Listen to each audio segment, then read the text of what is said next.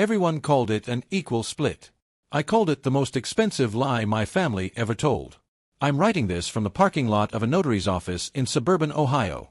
My sister's rental car is parked 3 spaces away from mine, a silver Kia with an Enterprise sticker on the bumper and a Chicago O'Hare luggage tag still hanging from her carry-on in the back seat. I can see it from here. She arrived 40 minutes ago and hasn't come out to greet me yet. She's inside, probably charming the receptionist, laughing in that way she has, big and sudden and performative, like applause at a show you didn't particularly enjoy.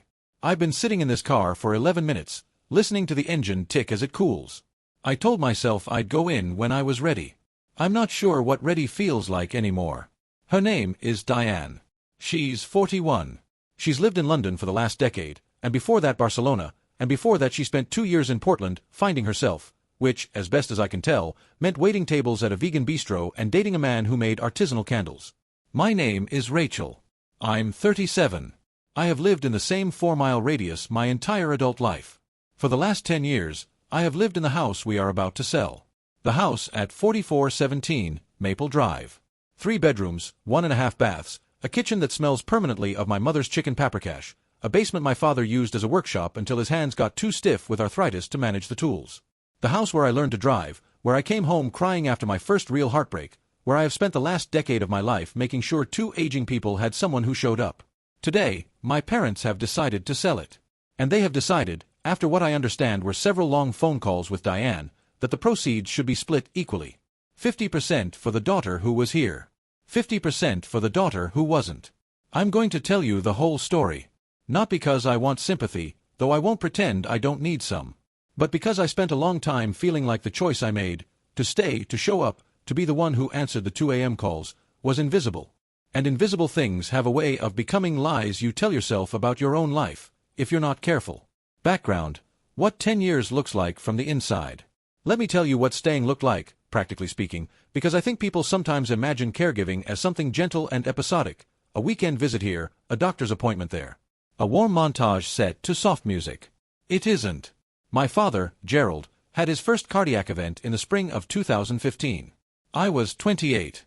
I had just started a job I loved as a project coordinator at an architecture firm downtown, and I had a lease on a 1-bedroom apartment 12 minutes from the office. I had a life that fit me well, the way good shoes fit, broken in, comfortable mine. Dad's heart attack wasn't catastrophic, but it was a warning. Afterward, my mother, Elaine, started having what she called spells. Dizziness. Confusion. It took 18 months and 4 different doctors to diagnose her with early-stage vascular dementia. By 2017, she needed help most days. Not full-time nursing care, not yet, but consistent, reliable presence. Someone who could handle medications, who could notice when she was having a bad week, who could intervene before a bad week became a bad month. Diane was in London by then. She had moved there in 2016, following a relationship that dissolved within a year, but leaving her in a city she decided she preferred to anything in Ohio. When I called to tell her about Mom's diagnosis, she cried on the phone for a long time. She said she felt terrible. She said she didn't know what to do from so far away. She said, "You're so much better at this kind of thing than I am, Ratch. You always have been." I want to be honest about something. I believed her at the time. I believed that this was a temporary arrangement. That she would come back, or contribute meaningfully from a distance, or that we would find some equitable rhythm. I believed that because I needed to believe something, and because I was 29 and still operating under the assumption that love, in families, distributes itself proportionally to need. What actually happened was this.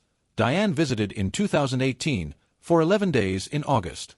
She visited again in 2020, but that was a pandemic-era Zoom call that she had to leave early because she had a dinner reservation. She visited in 2022, for her birthday, and I remember being struck by how well she looked, rested, luminous, wearing a coat that probably cost more than my monthly grocery bill. She stayed for 9 days. She took my parents to dinner twice, brought them gifts from Harrods, cried in the kitchen one night about how much she missed them, and left. Between those visits, I did this. I gave up my apartment in 2018 and moved into Maple Drive to reduce expenses and provide consistent care. I negotiated a flexible remote arrangement with my employer that cost me a promotion I had been on track for. I managed 2 people's medical appointments, insurance claims, prescription coordination, home maintenance, grocery runs, and daily emotional support. I hired and supervised a part-time home aide 3 days a week using money I had saved and, occasionally, my own credit card when the timing didn't line up. I was present for 2 hospitalizations, one of which required me to sleep in a hospital chair for 4 nights. I watched my mother forget my name 3 times in 2022 and remember it again, like a tide coming in. I did not do this because I was a martyr. I want to be clear about that. I did it because they are my parents and because someone had to, and because, for a long time, I thought Diane would eventually step up, and waiting for that felt less lonely than accepting that she wouldn't. By 2023, my parents' health had stabilized into something manageable. Dad's cardiac medication was working. Mom's dementia had progressed slowly, and with routine and support, she had good days more often than bad ones. They were, for the first time in years, able to have a genuine conversation about their future. That conversation, I learned later, happened without me. The decision, what they told me over pot roast. It was a Sunday in November. Mom had made pot roast, one of her good days, the kind where she moved around the kitchen with authority and remembered where everything was. Dad sat at the table and waited for the right moment with the careful patience of a man who has practiced delivering difficult news. "We've been talking," he said, "about the house." The housing market in our area had done well. Maple Drive, modest as it was, had appreciated significantly. They'd had it appraised, $380,000. After fees, closing costs, and agent commission, they expected to net somewhere around $345,000 to $355,000. "We want to sell," Dad said. "We've found a place. One of those senior living communities over in Westerville. Independent living, but with care options built in. It makes sense for where we are now." I agreed. I had actually been thinking about suggesting exactly this for over a year. The house was getting harder to maintain. The stairs were a liability. The senior community they'd chosen was genuinely excellent. I knew it, because I had quietly researched it 6 months earlier when I was trying to figure out what our options were. "And the proceeds," Dad continued, looking at the pot roast rather than at me, "we'd like to split equally. Between you and Diane." The room went very quiet. I put my fork down. Not dramatically, I just put it down, carefully, on the edge of my plate. "Equally," I said. "It's fair," Mom said, and her eyes were clear and certain in the way they sometimes are when she's accessing something she's rehearsed. I recognized it. She'd rehearsed this. They both had. "We don't want there to be conflict between you girls," Dad said. "Equal is simple. Equal is clean." I sat with that for a long moment. I thought about how equal and fair are words that people often use interchangeably, and how they are not the same thing. I thought about the $23,000 I had spent from my own savings and credit over the years on things insurance didn't cover. The aid, the grab bars, the hospital-grade mattress cover, the specialized memory care activities I drove Mom to every Thursday for 18 months. I thought about the promotions I hadn't gotten, the relationships I hadn't prioritized, the version of my life that had proceeded on a different track while I managed this one. I did not say any of that. I said, "Okay, let's talk about it." And then I went home, to their home, which was also my home, and I sat in my room and I thought very carefully about what I was going to do. The plan. What invisible looks like when it starts to have a price tag. I want to be clear, I was not going to sabotage the sale. I was not going to cause a scene at the notary. I was not going to pit my parents against each other or recruit allies or make anyone's final chapter ugly and contested. What I was going to do was make sure that my decade of contribution was documented, valued, and compensated, not out of bitterness, but out of self-respect.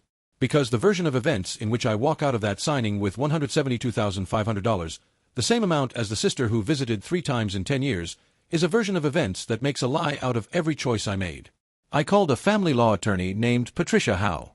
A friend of mine had used her during her divorce and described her as the kind of woman who makes you feel like the most reasonable person in the room, right up until you realize she's already one.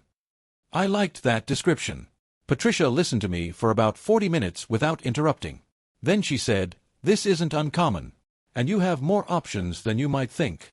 She explained a few things. First, what I had been providing had legal and financial value.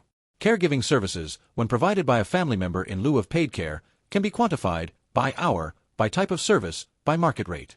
In Ohio, professional home health aides bill at $22 to $28 per hour. Memory care coordination services run higher. We made a conservative estimate of the hours I had contributed over 4 years of intensive care. I had not been keeping records before 2020, so we were conservative, and came to a number that was, when we wrote it down on paper, startling in its plainness. Approximately $118,000 in unpaid labor at market rate, over 4 years alone. Not including the money I had directly spent. Second, Patricia told me that before I said anything to Diane or made any formal objection, I should do one thing. Gather documentation. Quietly, thoroughly, without announcement. So I did. I spent 3 weeks compiling medical appointment records, with dates and my name listed as the attending family member. Receipts from the home aid service I had paid out of pocket. Bank statements showing transfers I had made toward household expenses that were supposed to be temporary and never were. Email threads with Diane from 2018 and 2019 in which I explicitly asked her to contribute financially or return temporarily to share the responsibility, and in which she responded warmly but without commitment. A letter I found in my own email drafts, unsent, from 2021, where I had written to my parents about the toll caregiving was taking on my professional trajectory and personal finances. I had never sent it. I had been afraid of seeming ungrateful.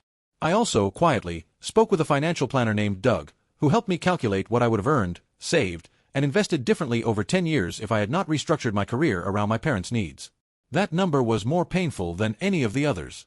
I didn't use it in a formal calculation, but I kept it in my mind like a compass point. Then I wrote a letter. Not a demand. Not a legal threat. A letter, in plain language, to my parents. 7 pages. Measured and specific and completely, finally honest. I told them what I had contributed. I told them what it had cost me. I told them that I didn't want conflict and I didn't want their twilight years to be shadowed by a family dispute. But I told them that I needed them to see me, really see me, the way you see someone who has been standing in your kitchen every Tuesday for a decade, and to understand that equal was not the same as fair. I asked for a family meeting, before the signing. Just us. Not the notary, not any lawyers. Just my parents and me and, if she was willing, Diane on a video call. My father called me the next morning. He sounded tired in a way I recognized, the tiredness of a man confronting something he had hoped to avoid. "We'll have the meeting," he said. Update 1. The family meeting. We did it over a Sunday dinner, 3 weeks before the signing date. Diane was on a laptop propped on the counter, video call, slightly pixelated, London afternoon light behind her. I had printed copies of the letter. I handed one to each of my parents. I didn't have one for Diane, but I read it aloud, slowly, while she watched from the laptop screen with an expression I couldn't entirely read. When I finished, there was a long silence. My mother reached out and put her hand over mine. She said, "I didn't know about all of this, Rachel." And I believed her. Not completely, but enough. Dementia reshapes memory in ways that aren't always intentional. She had lived inside those years differently than I had. She may genuinely not have held it all at once. My father was harder to read. He sat with the papers in his hands for a while. Then he said, "You should have told us sooner." "I'm telling you now," I said. From the laptop, Diane said, "Rachel, I know it was hard. I know you did a lot. But Mom and Dad always said you were okay with the arrangement." I turned to look at the laptop and I said, carefully, "I was never asked if I was okay with it. I just did it. There's a difference." There was another silence. "I think," I said, "that a 50-50 split of the house proceeds doesn't reflect what actually happened. I'm not asking for everything. I'm asking for an arrangement that acknowledges reality." Diane asked what I was proposing, specifically. I was ready for that question. Patricia and I had discussed it at length. I proposed that of the net proceeds, I receive a caregiving credit, a specific, documented number, before the remainder was split equally. The credit I proposed was $67,000.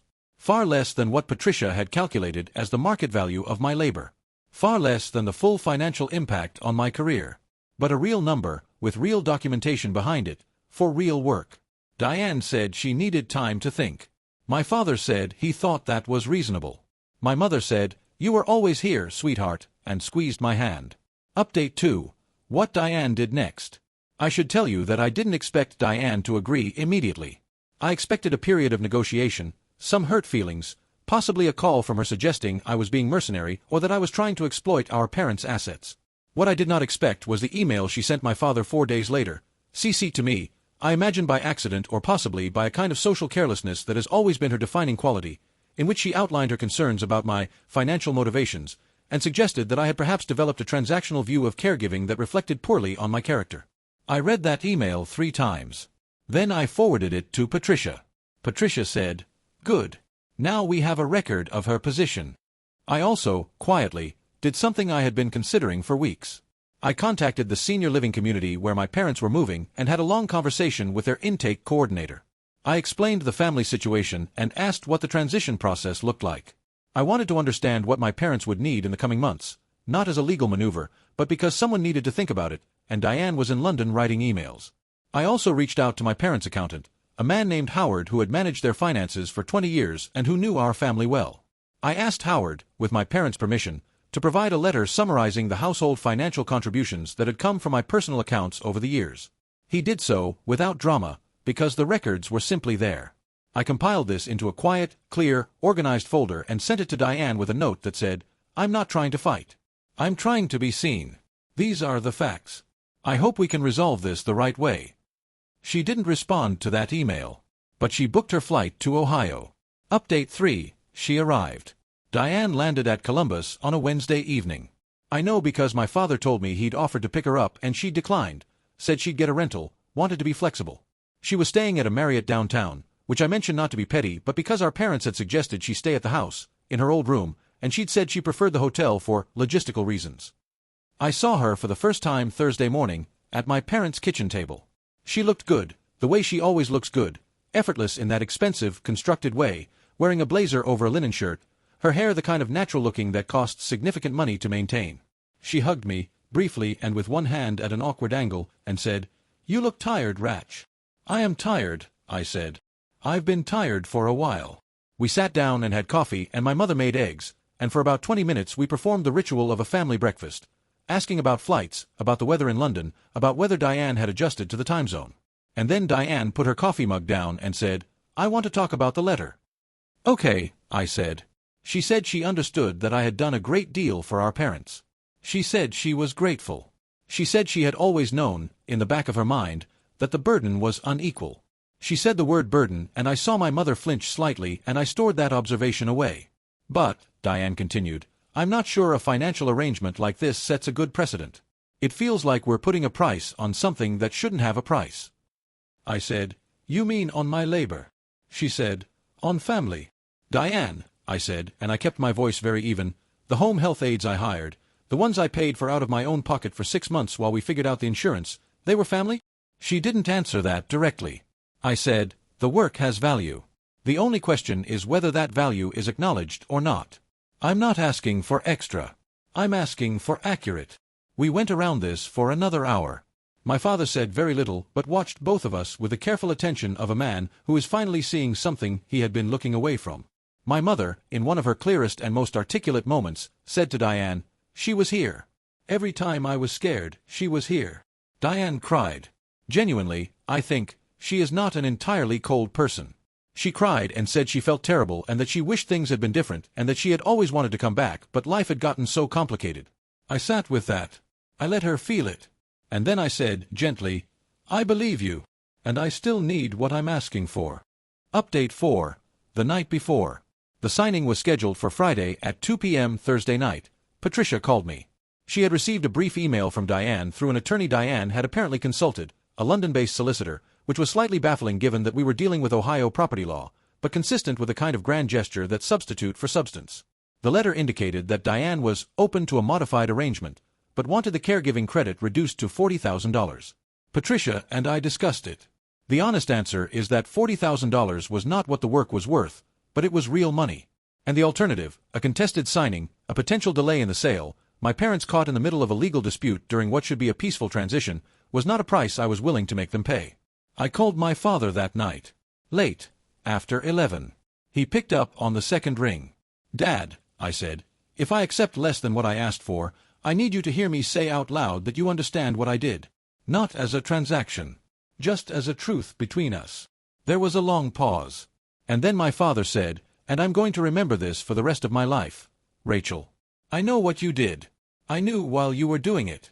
I was ashamed that I didn't say it more. That was worth more than any number." "Okay," I said. "Let's go with $45,000, as a compromise. But I need Diane to agree in writing, before we walk in tomorrow." He said he'd handle it. At 11:47 p.m., I received a text from an unknown number that turned out to be Diane's London cell. It said, $45,000. Fine. See you tomorrow. No punctuation drama. No apology. Just the number. I sat with it for a long moment. And then I felt something shift inside me that I hadn't even known was locked, a kind of long-held breath finally released.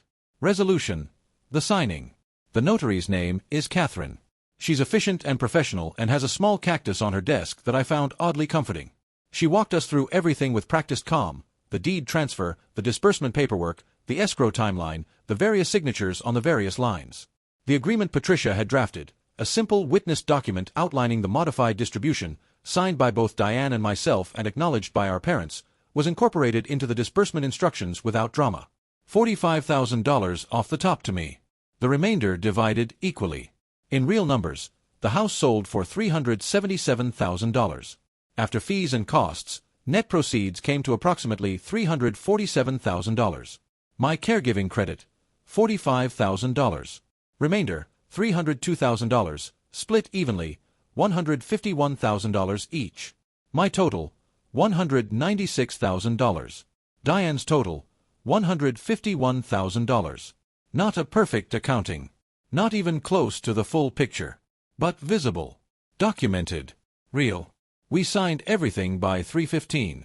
Diane and I stood outside afterward in the parking lot. The same parking lot I had been sitting in that morning, listening to my engine tick. The afternoon had gone thin and gray, the way Ohio afternoons do in November, and our breath made small clouds in the air. "I'm sorry I wasn't around more," Diane said. "Not performance this time. Smaller than that." "I know," I said. "Do you hate me?" I thought about it honestly. No. But I needed you to understand what it cost me. Not so you'd feel guilty forever. Just so it wasn't invisible. She nodded. She looked like she wanted to say more and couldn't find the words, which is unusual for her. She usually has words in abundance. "I'm going to visit more," she said. "Now that they're in the new place. It'll be easier." "I hope so," I said. And I meant it. Not for the sake of justice or accounting, but because my parents would benefit from having both their daughters in their lives, and because Diane, whatever her failures, was not a villain.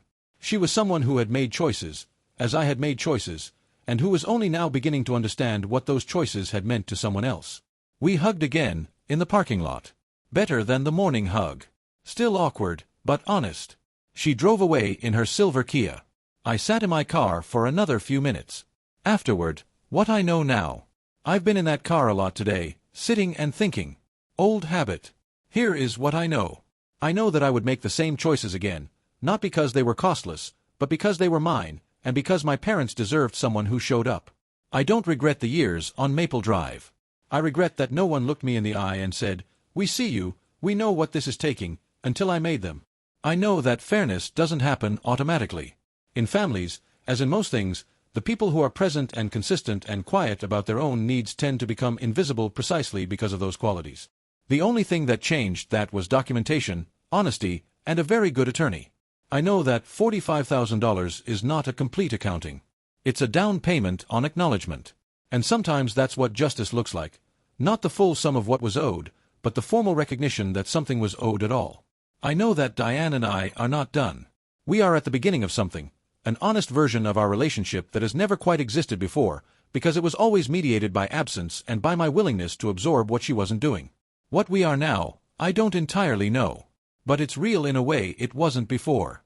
I have a deposit notification sitting in my email. Escrow will close in 30 days. I have an apartment to find, my first apartment in 7 years. My own space, my own kitchen, my own 2 a.m. quiet that isn't interrupted by anything except my own thoughts. I feel something I haven't felt in a long time. I feel like the main character of my own story. Thanks for reading. I don't know what I expected to find in writing this out, but I think I needed to say it somewhere.